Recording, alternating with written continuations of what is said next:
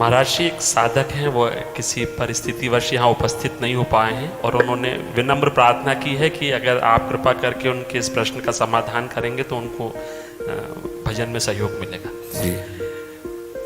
महाराज जी, इस अधम का प्रश्न ये है कि यदि पत्नी पति वंचक हो जावे पर पुरुष से रति करे तो क्या पति का क्या कर्तव्य है, क्या उसे साथ रखना चाहिए? पहला प्रश्न। आप पहले ही प्रश्न एक एक का, जैसे अपने को पता चल जाए कि अपनी जो पत्नी है वो धर्म विरुद्ध आचरण करके पर पुरुष से रति करती है तो हमें चाहिए उसे प्यार पहले दे करके संभालना चाहिए। क्योंकि आजकल ये गलतियां साधारण स्वरूप धारण कर रही हैं। नए नए बच्चों को ना तो हम ब्रह्मचर्य के बारे में शिक्षा दे पा रहे हैं, ना हम उनको इस धर्म के बारे में शिक्षा दे पा रहे हैं।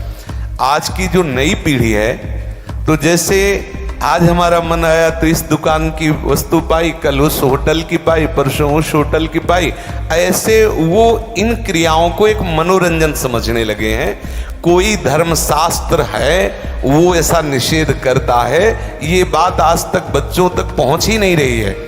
कितने ऐसे बच्चे हैं जो कहते हैं मुझे ये बात पता ही नहीं थी, और उनसे गलतियां, और कुछ ऐसे हैं कि प्रमादवश इन बातों को सुनते भी नहीं, मानते भी नहीं। अब क्या हुआ, जब उन बच्चों का ब्याह होगा तो उनका अभ्यास है। जैसे कोई एक बच्चा जब उससे परिचय प्राप्त हुआ तो उसने बताया हमारे 9 गर्ल फ्रेंड हैं। अब अपने लोगों के तो समय में मतलब ये तो अभी यही सुनने को मिलता है। ऐसा तो देहात में विशेष पवित्रता का ये भाव रहता है, ये कभी तो हुआ ही नहीं, ऐसा था ही नहीं। 30-40 वर्ष पहले ये सब बातें कभी सुनने को नहीं मिली। अच्छा, अब जब 9 हैं तो अब उनके भी कई होंगे बॉयफ्रेंड। अब उनके संबंध कैसे हैं, अब ये तो हम नहीं जानते ना। मित्र बनाना कोई दोष नहीं है, लेकिन मित्र बन के अपनी सीमा में पवित्र रहना ये बड़ी मुश्किल बात है। क्योंकि बड़े बड़े साधक जो जितेंद्रियता के मार्ग पर चलते हैं उनसे भी चूक होने की संभावना रहती। फिर जहां ये प्रश्न ही नहीं है जितेंद्रियता का, जहां साधन का प्रश्न ही नहीं है, वहां पवित्र रहा जा सके, मुझे तो लगता है असंभव। मुझे लगता है असंभव। अब यदि उनकी आदतें वहां खराब हो चुकी हैं तो ब्याह होने के बाद उस आदत को एकदम रोक पाना बहुत ही कठिन है।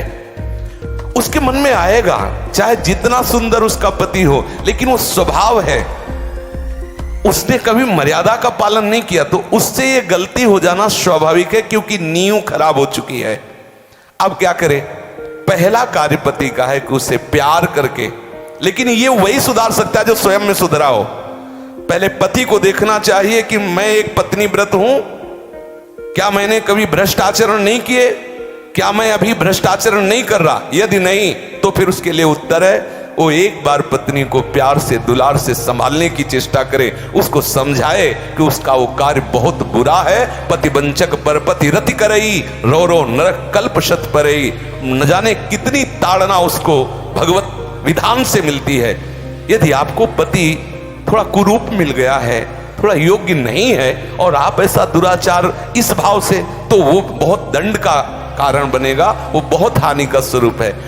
अब हमें उसके सुधार के लिए उसे प्यार देने की आवश्यकता, उसे समझाने की आवश्यकता, उसकी आवश्यकता को हम महत्व दें। उसे प्यार के द्वारा, ऐसा नहीं है जो अंग खराब हो जाता है हम औषधियों के द्वारा उसे पुनः ठीक करते हैं। जब ऐसी स्थिति हो जाए कि पूरे शरीर में सड़न हो तो फिर कटवा देते हैं।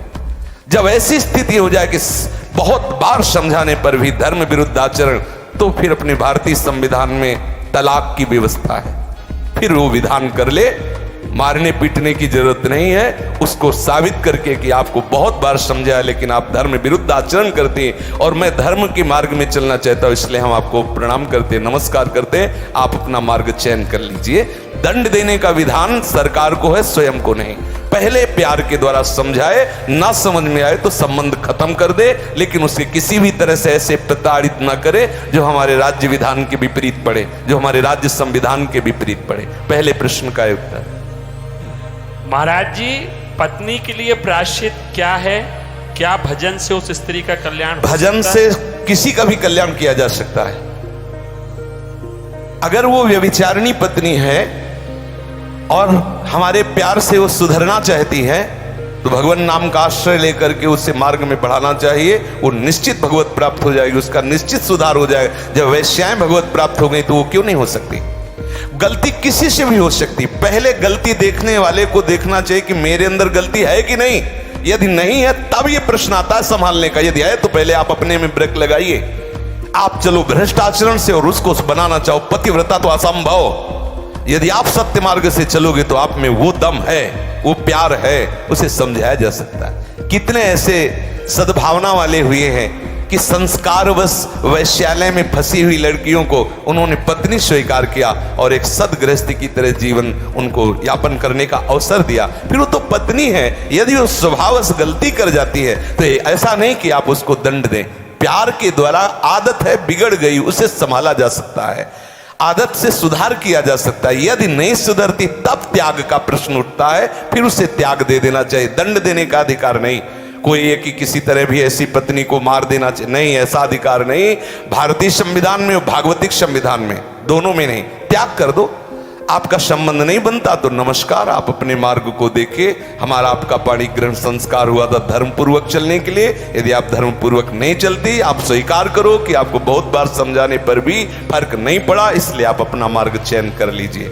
ऐसा चलना चाहिए। और उद्धार तो अपिचेत दुराचारो भजते मां मनन्य भाग। जिसने ये निश्चय कर लिया अब लो निशानी अपना, आज से ही वो परम पवित्र है। आज से अभी साधुर्य संबंधव्या सम्यक दर्शिता। ऐसा गलती होती रही, स्वभावश गलती, आज से अब नहीं करूं। उसी समय से वो महात्मा है, वो पवित्र है, भगवत शरणागत है, इसलिए उसको आदर देना चाहे। कल ये पापी था, ऐसी बात ध्यान करके हम उसका कभी अनादर न करें। कल भूल से उससे गलती हो गई, आज उसने निश्चय कर लिया अब नहीं करूंगा, उसे भरपूर प्यार। मुझे तो लगता है प्यार से पशु को अधीन किया जा सकता है तो स्त्री को क्यों नहीं अधीन किया जा सकता?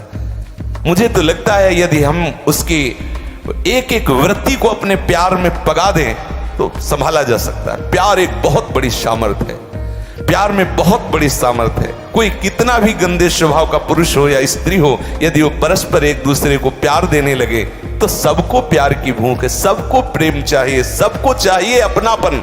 हो सकता है आपके द्वारा वो अपनापन उसे ना मिलता हो जो उसे चाहिए, अगर वो पूर्ण होने लगे तो हो सकता है उसका स्वभाव सुधर जाए। हमें हर तरह से पहले प्रयास करना चाहिए कि हमारी पत्नी हमारे भाव के अधीन हो जाए, हमारे सत्मार्ग में चलने वाली बन जाए। जब ऐसा ना हो तो अंतिम बात है त्याग दे, उसे दंड विधान के द्वारा स्वयं दंड न दे।